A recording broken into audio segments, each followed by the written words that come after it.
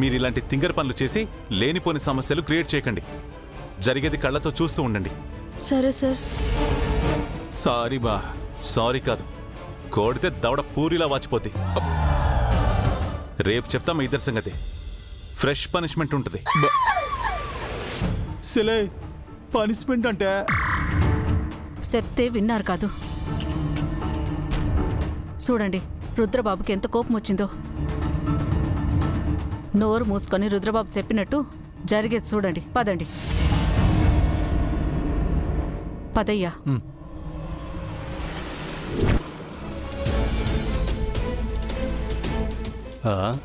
గురువుగారు తాళం వేసింది. ఇంట్లో ఎవరు లేనట్టున్నారు. ఎవరండి మీరు? విశ్వనాథ్ గారు ఇంట్లో లేరా బాబు? వాళ్ళ అమ్మాయి నిశ్చితార్థం అన్నారు. లేరండి సార్, వాళ్ళు మేడం గారు వాళ్ళ అన్న ఇంటికి వెళ్ళారు. నిశ్చితార్థం జరిగేది అక్కడే. నిశ్చితార్థం జరిగే అడ్రస్ ఎక్కడో చెప్పగలరా బాబు? సీతమ్మ దారిలో విజయేంద్ర ప్రతాప్ గారి ఇల్లు. అక్కడికి వెళ్ళి ఎవరిని అడిగినా చెప్తారండి. సంతోషం బాబు. పద.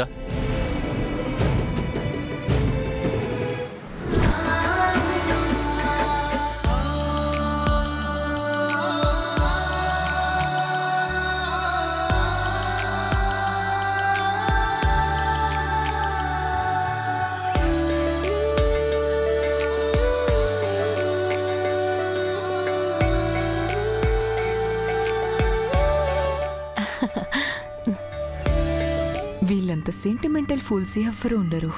కోటీశ్వర్లు కోడళ్ళయ్యుండి నాకు పనిచేస్తున్నారు. మహారాణి జాతకం అంటే నాదే.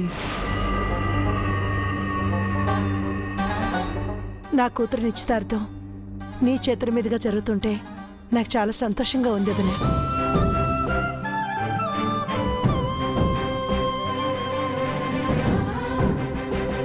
నా అల్లుడు మాటిచ్చాడు కదా, తన కోసం ఈ ఇంటి గౌరవం కోసం బాధ్యతగా చేస్తున్నాను.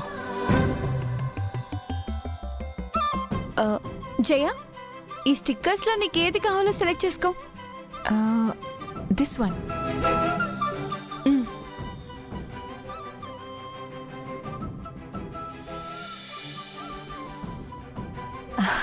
హే హే హే గాయ్స్, మనందరం కలిసి ఒక సెల్ఫీ దిగుదాం. ఓకే? పిన్ని గారు, జయకి పాపిడి పిల్ల పెట్టడం మర్చిపోయారు.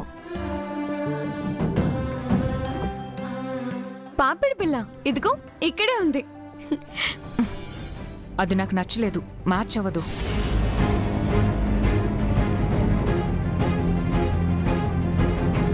నా దగ్గర మంచిది ఉంది, తీసుకొస్తాను. అక్కర్లేదు.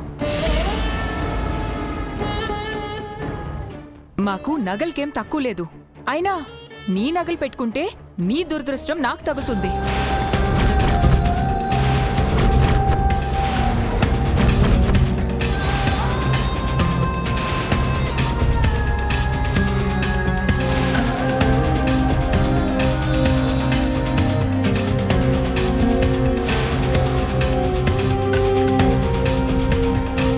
శుభమా అని పెళ్లి చేసుకోబోతున్నాను.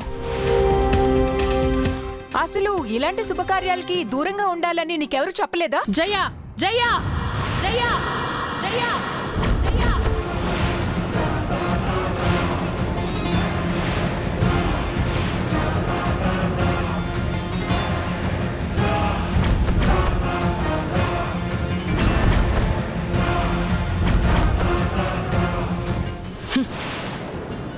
పెళ్లి కూతురు కదా అని ఏమి అనకుండా వదిలేస్తున్నాను. లేకపోతే నీ చెంప పగలగొట్టుండేదాన్ని. ఇప్పుడు నేనేమన్నానని? జయ, నువ్వు మాట్లాడింది చాలా తప్పు. అసలు ఈ నోటికి అద్దు అదుపు లేకుండా పోయింది.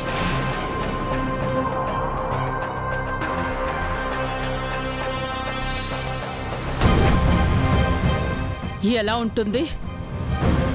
మంచి మర్యాద తెలిసి పెరిగితే కదా. ఆశ్రమంలో అనాథలా పెరిగితే ఇలాగే ఉంటుంది. ఇక్కడేదో పెద్ద గొడవ జరిగేలా ఉంది. వెంటనే ఈ విషయం వీరు బ్రోకి మెసేజ్ చేయాలి, లేదంటే గొడవ విశ్వనాథ్ గారి దగ్గర వరకు వెళ్తుంది.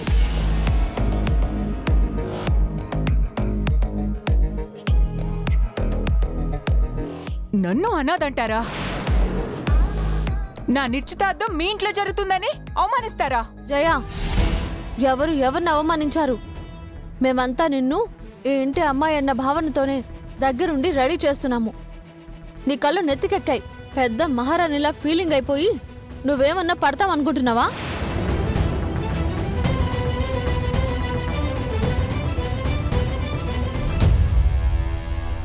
ప్రమీళ అక్కని అవమానించడమే కాకుండా అమ్మగారికి ఎదురు మాట్లాడతావా?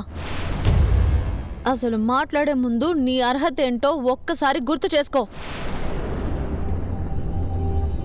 గంగా, ఏదో తెలియకందులే, వదిలేయండి.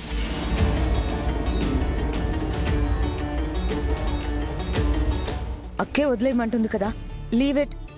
జయ ఏదో తొందరపడింది, అంతే కదా? అదే మాట నిన్నంటే నువ్వు ఊరుకుంటావా ఇషిక?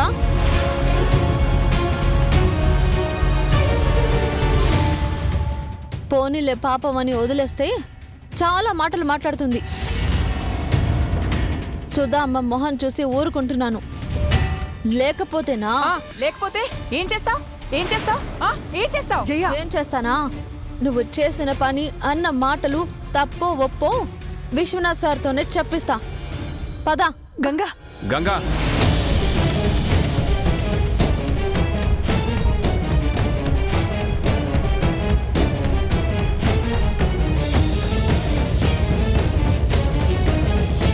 ఏంటిది? ఏం చేస్తున్నావు? ఇది ఆడవాళ్ళకి సంబంధించిన గొడవ అన్నయ్య. మీరు మాత్రం జోక్యం చేసుకోకపోవడం మంచిది.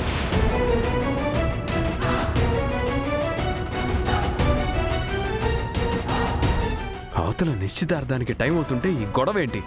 జయ ప్రమీల అక్కని అవమానించింది. అమ్మగారిని ఎదిరించి మాట్లాడింది. సరే, ఏదో చిన్నపిల్ల తెలియక మాట్లాడుంటుంది. తనతో సారీ చెప్పిస్తే సరిపోతుంది. అంత దానికి ఫంక్షన్లో గొడవ క్రియేట్ చేస్తావా? చూసేవాళ్ళు ఏమనుకుంటారు?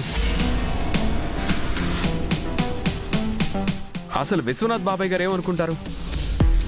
మమ్మల్ని ఇంటికి పిలిచి శుభకార్యం చేస్తామని చెప్పి కావాలనే నా కూతురుని అవమానించామని అనుకోరా?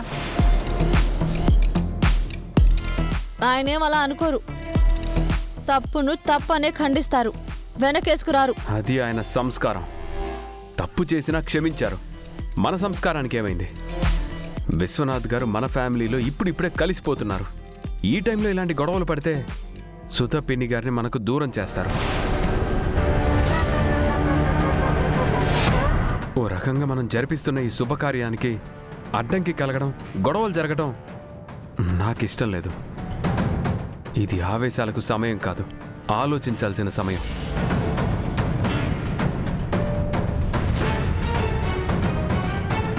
జయ, ప్రమీలకి అత్తయ్య గారికి క్షమాపణ చెప్పు.